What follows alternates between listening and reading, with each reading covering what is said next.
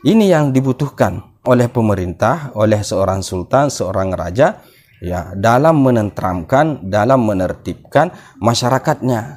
Nah, atas dasar ini, atas dasar ulama fikih ini menangani hal yang seperti inilah, sehingga dia dikategorikan ulama dunia, karena memang ini permasalahan-permasalahan dihadapi adalah permasalahan-permasalahan keduniaan yang bersifat sosial. Wal mulku wad dinu tahu amani. Adapun ya, kekuasaan itu dan agama dia adalah dua kembar dan tidak dipisahkan antara satu dengan yang lain. Ya, fadinu aslun. Nah, agama itulah asal. Ya, jadi yang mendasar itu adalah agama. Wasultanu harisun, dan raja itu ada, sultan itu adalah penjaganya. Ya Rabbi salli ala Muhammad. Assalamualaikum warahmatullahi ta'ala wabarakatuh. Alhamdulillah wassalatu wassalamu ala rasulillah wa ala alihi wa sahbihi wa mawala wa ba'du. Subhanaka la ilma lana illa ma'allamtana innaka antal alimul hakim wa tub alaina innaka antat tawwabur rahim. Rabbi syrah li sadri wa yassir li amri wahlul 'uqdatam min lisani yafqahu qawli. Rabbi yassir wa la tu'assir, Rabbi tammim bi khair. Baik ahbabana fillah, rekan santri sekalian dirahmati Allah Subhanahu wa taala. Kembali kita melanjutkan kajian ihya'i kita. Kali ini kita sudah berada di bagian sini ya. Oke. Masih pada Kitabul Ilmi, pada bab yang kedua terkait dengan ilmu terpuji dan ilmu tercela. Bagian ini membahas sebelumnya terkait dengan penjelasan ilmu yang merupakan fardu kifayah. Panjang lebar beliau bahas di sini. Kemudian kita sampai kepada satu masalah ya di sini. Khair ahbabana fillah, langsung saja ila anqalal musannifu rahimahullahu ta'ala wa nafa'ana bi ulumihi wa barakatihi fid dharaini amin. Fa in qulta, dan apabila engkau katakan, lima alhaqtal fikha bi ilmi dunya, ya, kenapa engkau mengaitkan ilmu fikih itu dengan ilmu dunia? Ya, andai kata Imam Al-Ghazali kalian berkata seperti itu, mengkritik beliau ya, karena memang sebelumnya itu beliau menyinggung ya, mengatakan bahwa ilmu fikih itu adalah bagian daripada ilmu dunia. Kalau tidak salah di bagian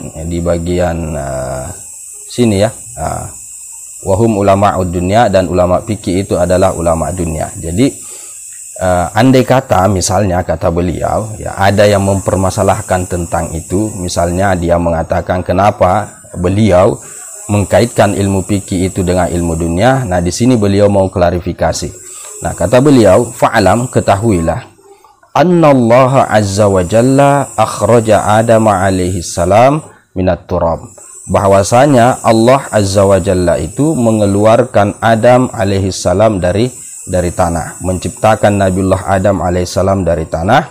Wa akhraja dzurriyyatahu min sulalatin min tin, dan Allah mengeluarkan dzurriyyatnya ya, anak cucunya, min sulalatin min tin, dari pilihan yang terbuat daripada tanah, artinya dari tanah pilihan.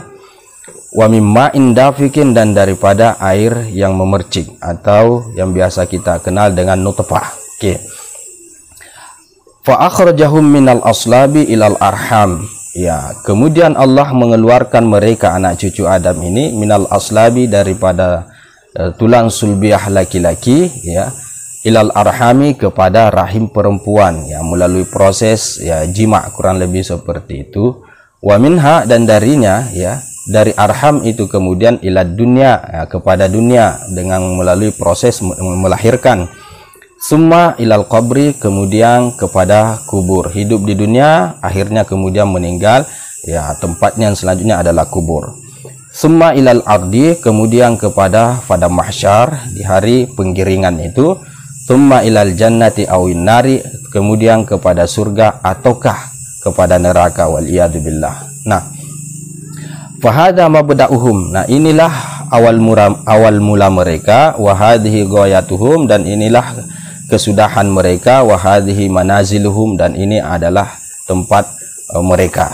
Nah, jadi Al-Imam Al-Ghazali ingin memaparkan kepada kita bahwa asal muasal kita itu sebenarnya dari tanah, sesuai penciptaan Nabiullah Adam alaihissalam, kemudian kepada aslab, kemudian kepada arham, kemudian kepada dunia. Itulah mabda kita. Kemudian kepada kubur, itulah goyah kita, kesudahan kita, dan begitu juga kepada pada mahsyar. Nah, kemudian kepada surgakah atau neraka? Ya, surga untuk orang yang baik, anak cucunya Adam yang baik, kemudian neraka untuk anak cucunya Adam yang tidak baik. Dan ini yang disebut dengan manazil kita.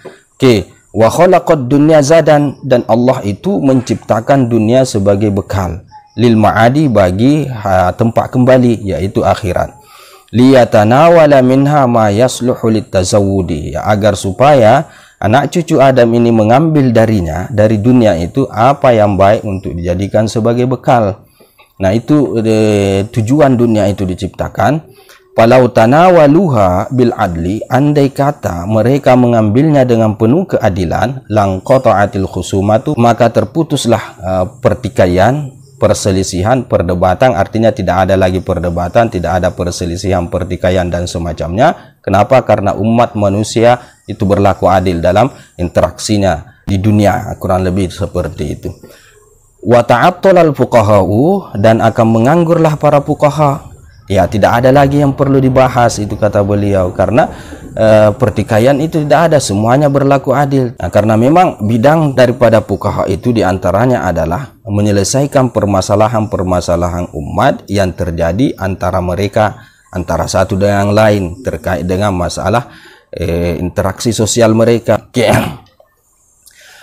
Walakinnahum, akan tetapi manusia, ya, masalahnya kata beliau, tanawaluha bisyahawati, mereka mengambil ke dunia itu bisyahawati, dengan syahwat. Di situ masalahnya. Fatawalladat minha al-khusumatu, maka terlahirlah minha, darinya, al-khusumatu, pertikaian-pertikaian, ya, perdebatan, pertentangan, permasalahan, sengketa dan lain sebagainya, karena orang-orang itu rata-rata atau lebih banyak itu mengedepankan hawa nafsu mereka, syahwat mereka. Nah, kalau situasinya sudah seperti itu, pamassatil hajatu ila sultanin, maka menyentuhlah hajat, artinya ya berhajatlah ila sultan, ya butuhlah kepada yang namanya sultan. Jadi harus ada sultan, ya susuhum, yang mengatur mereka. Jadi harus ada sultan yang menenterangkan atau menertibkan mereka ini, umat manusia.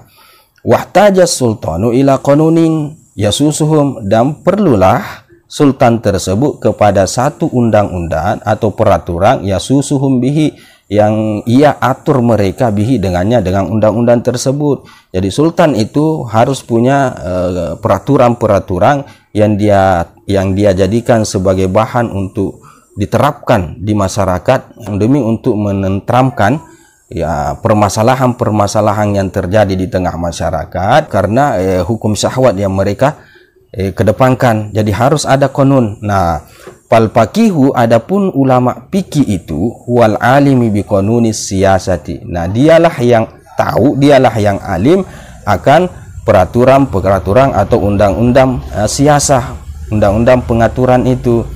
Nah, wa tariqit tawassuti bainal khalqi, dan jalan atau cara berlaku adil di kalangan makhluk. Jadi yang tahu tentang masalah peraturan atau konun-konun tersebut adalah faqih, seorang ulama fikih. Idza tanaza'u bi hukmi syahawat, apabila mereka ini orang-orang tanaza'u, bersengketa dengan hukum nafsu, hukum syahwat. Nah, itulah kenapa beliau mengkategorikannya sebagai ulama dunia. Mengapa? Ya karena memang bidang dia yaitu menangani hal-hal yang bersifat keduniaan, apa dia sengketa, permasalahan. Nah, dan itu yang banyak dibahas di dalam kitab-kitab fikih, di dalam babul jinayat misalnya. Itu panjang lebar para ulama-ulama fuqaha membahas tentang itu, tentang haddul qadzab, tentang haddus syurbil khamar, zina dan lain sebagainya. Pokoknya yang berkenaan dengan masalah pidana, perdata. Nah, itu semua adalah keahlian ulama-ulama fikih, artinya bidang fikih. Nah, ini yang dibutuhkan oleh pemerintah, oleh seorang sultan, seorang raja, ya, dalam menenteramkan, dalam menertibkan masyarakatnya. Nah, atas dasar ini, atas dasar ulama fikih ini menangani hal yang seperti inilah sehingga dia dikategorikan ulama dunia, karena memang ini permasalahan-permasalahan dihadapi adalah permasalahan-permasalahan keduniaan yang bersifat sosial. Ya, bukan berarti Imam Al-Ghazali mengatakan ulama dunia berarti ulama su, tidak seperti itu. Artinya adalah ilmu agama cuma bidangnya bagian keduniaan. Nah, kurang lebih seperti itu. Oke. Fakanal faqihu muallimas sultan, adalah seorang faqih itu ya mengajarkan sultan, raja, dia pengajarnya. Wa mursyidahu ila tariqis siyasatil khalqi, dan yang menuntun dia kepada cara mengatur makhluk.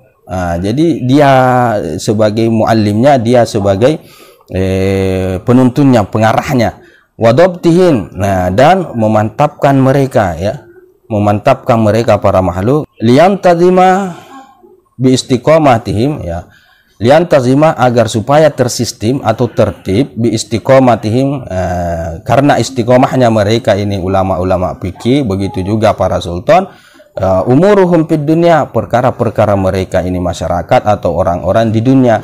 Jadi itu tujuannya agar supaya menertibkan perkara-perkara mereka fid dunya, di dunia ini, membuat kemudian tidak terjadi tumpang tindih, membuat kemudian tersistem kehidupan mereka. Jadi atas dasar inilah Imam Al-Ghazali itu mengkategorikan ulama fikih itu adalah ulama dunia, karena memang mereka itu punya andil besar, bahkan boleh dikata adalah master plan-nya lah, ya, sistem suatu pemerintahan atau kerajaan atau sultan itu dia yang mensistemkan itu dalam rangka untuk menyelesaikan masalah, dalam rangka untuk menertibkan, ya, masyarakat atau orang-orang terkait dengan kehidupan keduniaan mereka, interaksi sosial mereka dan lain sebagainya. Oke. Wala amri, dan demi hidupku, kata Imam Al-Ghazali, innahu muta'alliqun aidan biddin, ya, sesungguhnya dia sultan itu juga terkait juga dengan agama. Jadi beliau mengembangkan permasalahan ini. Intinya yang jelasnya kita sudah bisa paham bahwa kenapa Imam Al-Ghazali rahimahullahu taala mengkategorikan ulama fikih sebagai ulama dunia, karena itu tadi tuntutan-tuntutan tadi, mulai dari pemaparan terkait dengan diciptakannya manusia, kemudian berada pada kehidupan dunia sebagai lahan akhirat. Masalahnya kemudian muncul di dunia, yaitu karena mereka orang-orang itu mengambil dunia ini dengan syahwat, dengan nafsu, dengan kepentingan pribadi. Ini yang menimbulkan sengketa di sana sini. Tentunya ini perlu ditertibkan dengan cara harus ada raja, harus ada sultan, harus ada pemerintah, dan pemerintah dan sultan ini perlu kepada satu sistem yang bisa menangani ketertiban ini, dan sistem yang tahu sistem itu adalah ulama fikih, fuqaha, yang mereka lah yang mengajar raja ini, kemudian raja inilah yang menerapkan itu atau yang mengeksekusi kebijakan-kebijakan dari para fuqaha, dan seterusnya. Itulah yang kemudian menjadi dasar beliau menetapkan bahwa ulama fikih itu adalah ulama dunia. Kurang lebihlah seperti itu. Nah, di sini beliau mau mengembangkan ini permasalahan, yang jelasnya poinnya kita sudah dapat. Kata beliau di sini, demi hidupku, sesungguhnya yang namanya itu sultan itu, yang namanya pemerintah itu sebenarnya terkait juga dengan agama. Artinya sebenarnya sultan atau raja itu sebenarnya bagian daripada agama sebenarnya. Walakin la binafsihi, akan tetapi bukan dengan dirinya. Artinya bukan dia secara mendasar merupakan suatu profesi keagamaan, bukan secara mendasar, ya. Bal, akan tetapi biwasitotid dunia, melalui perantara dunia. Jadi dia kemudian menjadi bagian daripada agama karena melalui perantara yang namanya ke dunia, karena mereka yang mensistemkan kehidupan dunia kemudian menjadi tentram, menjadi tertib. Nah, yang mana itu merupakan bagian daripada tuntutan agama, itu yang kemudian menyebabkan mereka bagian dari agama. Oke, itu maksud beliau. Wa inna dunya mazra'atul akhirah, karena sesungguhnya dunia itu adalah lahan akhirat, ya, jelas itu lahan akhirat dia. Tempat kita menanam, tuh hasilnya kita tuai di akhirat. Wala yatimmud dinu illa bidunya, dan tidak akan pernah sempurna yang namanya agama kecuali dengan dunia. Ya, jelas itu, karena kita hidup di dunia dan dunia tidak bisa dielakkan. Jadi dunia inilah tempat kita beramal. Tidak bisa, tidak itu. Dunia ini tempat kita beramal demi agama kita, demi akhirat kita. Oke. Wal mulku wad dinu tau amani. Adapun ya, kekuasaan itu dan agama dia adalah dua kembar dan tidak dipisahkan antara satu dengan yang lain. Ya. Fad-dinu aslun. Nah, agama itulah asal. Ya, jadi yang mendasar itu adalah agama. Was-sultanu harisun, dan raja itu ada, sultan itu adalah penjaganya. Nah, wa mala aslalahu pamahdumu, maka apa-apa yang tidak ada asalnya bagi dia, pamahdumu, maka itu akan runtuh, itu akan roboh, itu akan sirna. Wa mala harisalahu fadha'iun, dan apa yang tidak ada penjaganya maka itu akan dha'iun, sia-sia. Jadi makanya tidak bisa dipisahkan antara kekuasaan dan agama. Nah, tapi yang perlu kita catat, agama itu yang mendasar, dan sultan atau kekuasaan itu adalah penjaga agama tersebut, ya, pengontrol daripada agama tersebut, yang menjaga, memelihara agama tersebut. Nah, kalau sesuatu itu tidak ada asalnya, kata beliau, dalam hal ini sultan, pemerintahan, kalau tidak berdasarkan agama maka itu akan runtuh, itu akan roboh. Nah, begitu juga sebaliknya, wa malahari salahu, sesuatu yang tidak ada penjaganya, dalam hal ini adalah agama, tidak dijaga oleh yang namanya sultan, kekuasaan atau pemerintahan, maka doain itu akan sia-sia. Ya, tidak, walaupun berjalan ya begitu-begitu saja, sia-sia. Jadi makanya beliau mengatakan ini tau aman, sesuatu yang tidak bisa dipisahkan antara satu dengan yang lain. Oke. Wala yatimul mulku, dan tidak akan sempurna itu kekuasaan, wadhabtu, dan begitu juga pemantapan kekuasaan itu, illa bisultan, kecuali dengan raja. Ya, jelas dia kekuasaan itu pasti ada rajanya. Wa tariqud dhabti fi faslil hukumati bil fiqhi, dan cara memantapkan pemerintahan itu atau kerajaan itu, sultan itu, fi faslil hukumati, terkait dalam menyelesaikan sengketa-sengketa masalah-masalah hukum itu, bil fiqhi, tentunya adalah dengan fikih. Oke. Wa kama anna siyasatal khalqi bis saltanati laisa min ilmiddin. Nah, beliau juga mau mengembangkan di sini. Jadi kata beliau disinggung di sini terkait dengan siasah. Nah, kata beliau begini, sebagaimana siyasatal khalqi, bahwasanya pengaturan makhluk itu, orang-orang, manusia, masyarakat itu, bisaltonati, dengan kekuasaan, mengatur masyarakat dengan kekuasaan, sistem kekuasaan, laisa min ilmiddin, itu sebenarnya juga bukan bagian ilmu agama. Jadi mengatur masyarakat, menertibkan masyarakat, itu sebenarnya bukan agama pada dasarnya. Fid darajatil ula, pada derajat yang pertama, artinya pada dasarnya dia bukan bagian daripada ilmu agama. Bal, akan tetapi, huwa mu'inun, dia pembantu, penolong atau penunjang, ala ma la yatimud dinu illa bihi, atas apa yang tidak sempurna agama kecuali dengannya. Jadi tadi kan dikatakan bahwa sempurna agama itu tidak akan sempurna kecuali dengan kekuasaan. Nah, karena kekuasaan itu adalah pembantu penyempurna agama, maka otomatis dia juga bagian daripada agama. Nah, itu kata beliau. Nah, kata wakama, dan seperti itu juga artinya termasuk juga bagian daripada agama. Oke.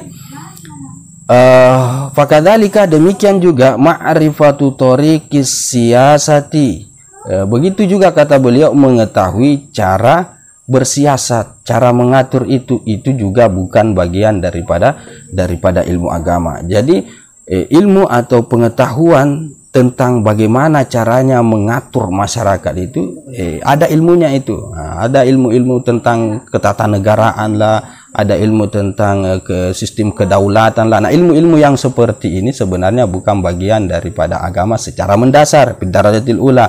Tetapi karena dia sebagai penunjang, ya, pembantu sesuatu yang tidak akan sempurna, karena dia dalam hal ini adalah pembantu agama, yang mana agama tidak akan sempurna tanpa itu. Ya, jelas berantakan orang kalau tidak ada sistem yang mengatur itu. Nah, otomatis kalau orang masyarakat berantakan, ya agama juga akan berantakan seperti itu. Nah, atas dasar inilah maka mempelajari, mengetahui ilmu cara ketatanegaraan itu merupakan bagian daripada agama, karena dia menunjang agama itu. Oke.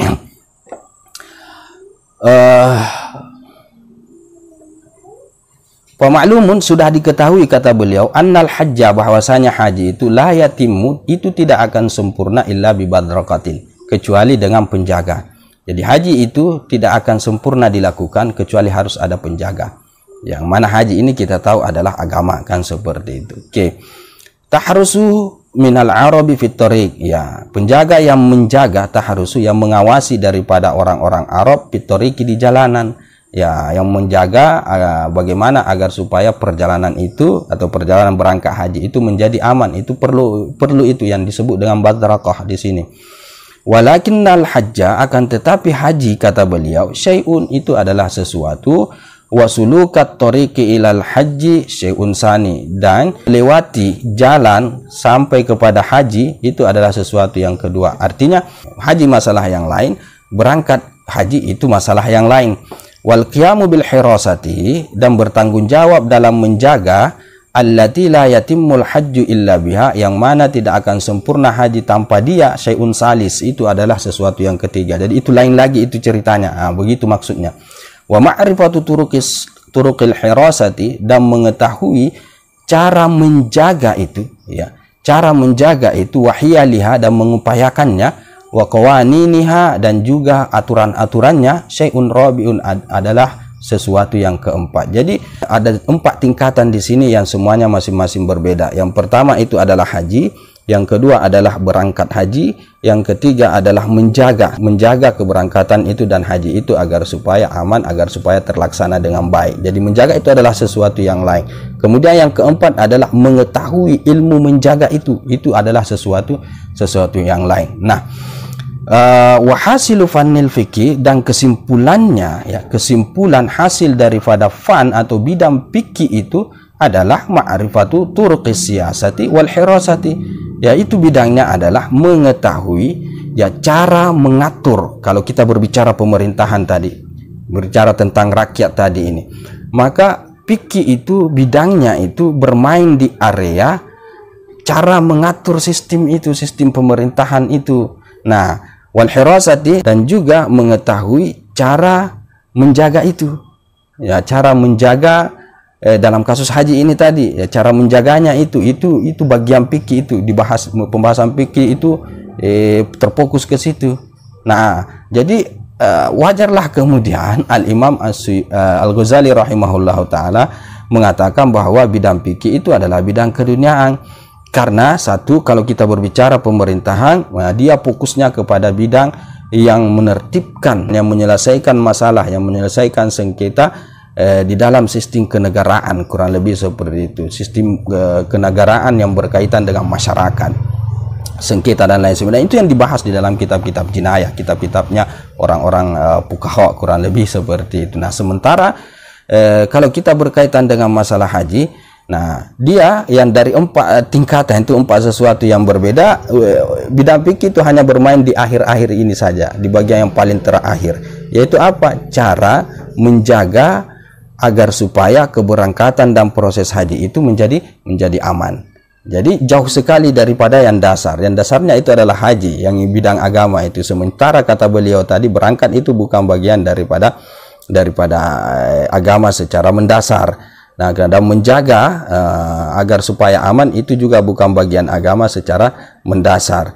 Nah, mengetahui ilmu cara menjaga itu bagaimana supaya aman itu juga bukan bagian ilmu agama secara mendasar. Nah, masalahnya ulama fikih itu hanya bermain di sini.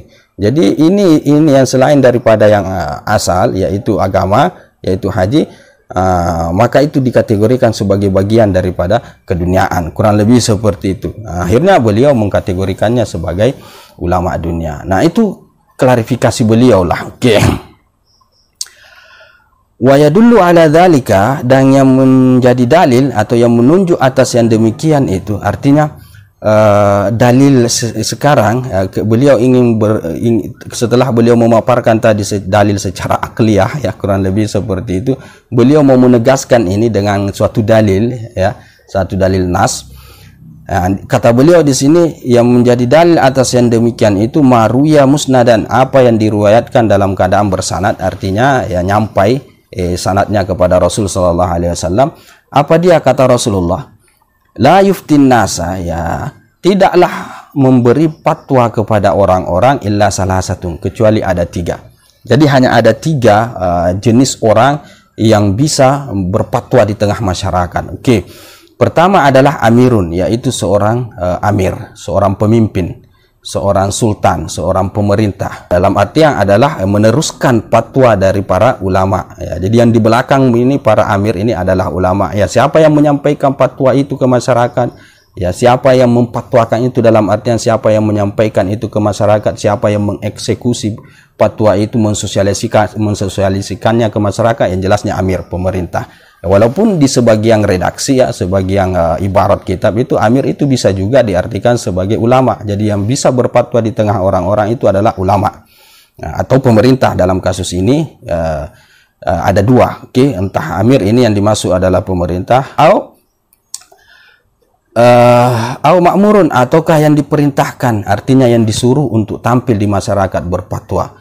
Dalam artian ya tentunya ya para ulama, ya, yang direkomendasikan oleh pemerintah untuk tampil di masyarakat, atau orang-orang alim yang ditugaskan untuk menyampaikan fatwa di tengah masyarakat. Kemudian au mutakallifun, atau orang yang memaksakan diri. Jadi maksudnya ini yang boleh tampil atau yang biasa tampil di masyarakat itu ada 3. Pada umumnya ya ada 3. Yang pertama adalah seorang amir, yang kedua adalah seorang naib atau wakil, atau yang diberi izin untuk berfatwa di masyarakat. Kemudian yang ketiga orang yang memaksakan diri untuk berfatwa. Ya, tidak ada izin dan bukan dia pemerintah dan tidak ada juga izin. Nah, kata beliau, fal amiru huwal imam, adapun dimaksud dengan amir di sini huwal imam, yaitu imam. Berarti yang beliau maksud di sini adalah pemerintah, ya, sultan, ya, bukan ulama, karena beliau mengatakan imam di sini. Oke. Ya. Nah, wa qad kanu humul muftun, ya, dan sungguh mereka lah yang memberikan fatwa, yang mereka memberikan tampil di masyarakat, memberikan fatwa berdasarkan arahan dari para ulama. Begitu kaidahnya tadi, berdasarkan arahan para ulama, karena dia mursyidnya, nah, dia yang eksekusi itu, dia yang memfatwakan di masyarakat itu. Oke, itu pemerintah. Wal ma'muru naibuhu, dan yang diperintahkan adalah naibnya, yaitu yang dimaksud al-ma'mur. Ya, naibnya ini dalam ibarat lain dikatakan adalah ya para ulama. Para ulama yang direkomendasikan oleh pemerintah untuk tampil di masyarakat memberikan fatwa, itulah naibnya, itulah makmurnya pemerintah itu, makmurnya amir itu. Wal mutakallifu ghairuhuma, dan yang memaksakan diri tampil itu yang selain daripada keduanya. Dia bukan sultan, dia bukan raja, dia bukan pemerintah, dan dia juga bukan pula naibnya pemerintah dalam artian ulama atau orang alim. Jadi dia hanya tampil secara spontan saja di tengah masyarakat memberikan fatwa biasa. Jadi ada 3 itu biasanya, kata Rasul Shallallahu Alaihi Wasallam, yang selalu tampil. Jadi untuk yang 2 pertama itu konotasinya positif, untuk yang 1 yang terakhir itu, yang ketiga itu, ya konotasinya agak negatif, kurang lebihlah seperti itu. Wa huwal ladzi, dan dia, siapa ini al-mutakallim ini adalah yang yataqalladu tilkal uhdata, yang menangani tilkal uhdata, tanggung jawab tersebut, artinya berfatwa tersebut, min ghairi hajatin, tanpa ada hajat. Ya, tidak ada hajat dia tampil untuk berfatwa. Dan biasanya siapa yang seperti ini? Ya ulama juga, ulama-ulama fikih yang berfatwa tanpa ada ma'zun, tanpa ada iznun daripada yang namanya seorang pemerintah, seorang amir. Oke, ya. Wa qad kana sahabatu radhiyallahu anhum, dan sungguh adanya para sahabat itu radhiyallahu anhum yahtarizuna anil fatwa, mereka itu berhati-hati sekali anil fatwa, terhadap fatwa. Jadi beliau di sini ingin kemudian mengarahkan perhatian kita kepada zaman sahabat. Jadi para sahabat itu, kata beliau, terkait dengan fatwa itu sangat berhati-hati sekali mereka. Hatta, bahkan kana yuhilu kullu wahidin minhum, ya, adalah mengalihkan setiap satu daripada mereka para sahabat ala sahibihi, kepada sahabatnya. Artinya masalah fatwa itu selalu dialihkan kepada yang lain. Kalau ada pertanyaan terkait dengan masalah hukum yang menuntut dia harus berfatwa, dia akan suruh orang lain atau sahabat yang lain untuk memfatwakan. Jadi tanya saja ke sahabat yang lain. Sahabat lain juga seperti itu, saling mengalihkan antara satu yang lain. Sahabat yang lain juga seperti itu. Nah, tunjuk lagi sahabat yang lain. Demikianlah seterusnya. Itu yang dimaksud dengan saling mengalihkan antara satu dengan lain. Kenapa? Karena memang mereka sadar akan bahaya yang namanya fatwa ini. Oke. Nah, masalah fatwa ini ya ulama-ulama fuqaha itu ahlinya, spesialisnya, kurang lebih seperti itu. Wa kanu, dan adalah mereka la yahtarizuna, mereka tidak berhati-hati idza su'ilu an ilmil Quran, apabila mereka ditanyakan tentang ilmu Al-Quran, wa tariqil akhirah, dan juga jalan akhirat. Nah, kalau masalah Al-Quran mau ditanyakan kepada para sahabat, masalah ilmu akhirat, kebatinan, akhlak, adab, dan lain sebagainya, maka mereka tidak berhati-hati terkait itu. Artinya kalau untuk masalah seperti itu mereka berbicara, tampil untuk berbicara. Tetapi kalau masalah fatwa, mereka tidak berani. Oke. Nah, atas dasar itulah kita bisa tarik kesimpulan bahwa Al-Imam Al-Ghazali rahimahullahu ta'ala ini seakan-akan, ya ini seakan-akan saja, seakan-akan beliau itu mengkategorikan ulama itu ada dua.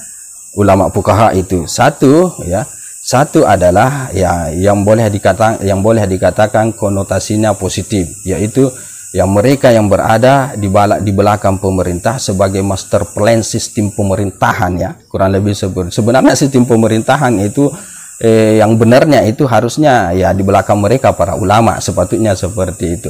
Nah, mereka Amir ini kemudian tampil memberikan fatwa di tengah masyarakat, dan hanya ini yang bisa berbicara, kata Rasul Shallallahu Alaihi Wasallam. Amir ini tampil atas dasar arahan para ulama untuk memberikan fatwa di tengah masyarakat.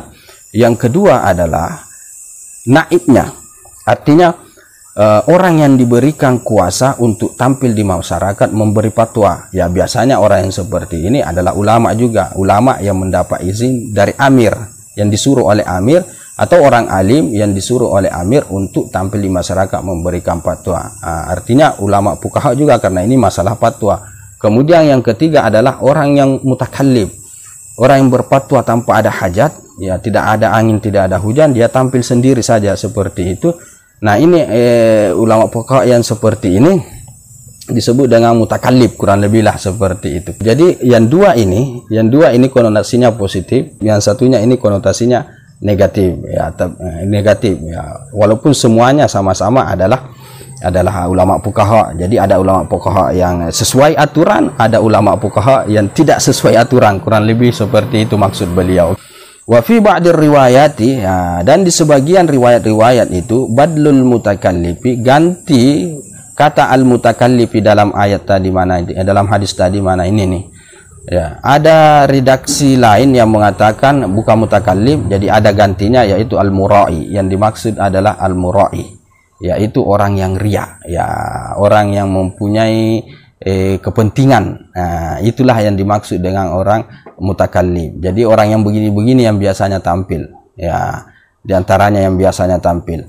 Nah, kata beliau, fa inna man taqallada khatrul fatwa, sesungguhnya orang yang taqallada, menangani bahaya fatwa itu, ya orang yang menangani bahaya fatwa, ya siapa lagi kalau bukan ulama fuqaha, kan begitu maksud beliau itu. Wa huwa ghairu muta'ayyinin lil hajati, dalam keadaan dia tidak ditentukan bagi suatu hajat, artinya dia tidak tertentu, pokoknya dia tampil begitu saja, tidak ada hajat, tidak ada kebutuhan. Fala yaqsidu bihi illa talbal jahi wal mal, maka tidaklah yang dia maksudkan, tidaklah dia bermaksud bihi dengannya kecuali menuntut al-jah, ya status, pangkat, wal mal, dan harta, ya jelas dia. Jadi kata Imam Al-Ghazali rahimahullahu taala, kalau ada orang tampil berfatwa di masyarakat tanpa ada tuntutan yang menuntut dia harus tampil, maka otomatis kita bisa tebak kalau orang yang seperti itu, yang tampil berfatwa di masyarakat seperti itu, berarti itu tujuannya lain-lain. Entah jah, artinya status di tengah masyarakat supaya dibilang hebat, supaya dibilang tokoh, supaya dibilang orang alim, ahli fikih dan lain sebagainya, ataukah al-mal, harta yang dia inginkan. Jadi Imam Al-Ghazali kita bisa tebak dalam pemaparan beliau ini alasan beliau kenapa ulama fuqaha itu dikategorikan sebagai ulama dunia dan ilmu fikih itu dikategorikan sebagai ilmu keduniaan, karena ini tadi rumusnya yang beliau katakan dari awal sampai akhir itu. Oke, jadi apalagi nih? Oke, saya rasa sampai di situ saja dulu ya, nanti kita lanjut, sepertinya panjang ini. Oh iya, panjang sekali.